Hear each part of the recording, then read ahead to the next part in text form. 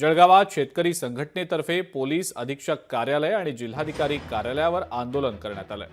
महायुती सरकारनं निवडणुकीच्या वेळेला आपल्या घोषणापत्रात शेतकऱ्यांना सरसकट कर्जमाफी केली जाईल अशी घोषणा केली होती। मात्र त्यांनी आता शेतकऱ्यांची फसवणूक केलेली आहे असा आरोप करत सरकारवर फसवणुकीचा गुन्हा दाखल करावा अशी मागणी यावेळेला आंदोलनकर्त्या शेतकऱ्यांनी केलेली आहे।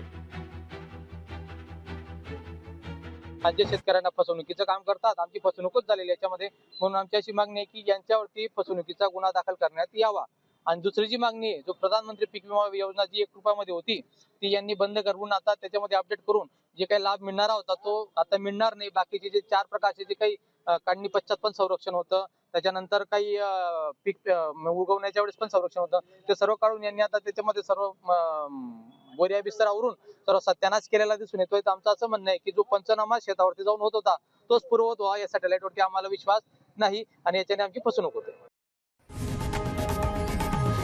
लोकशाही मराठी ऐका, पहा, जागरूक रहा।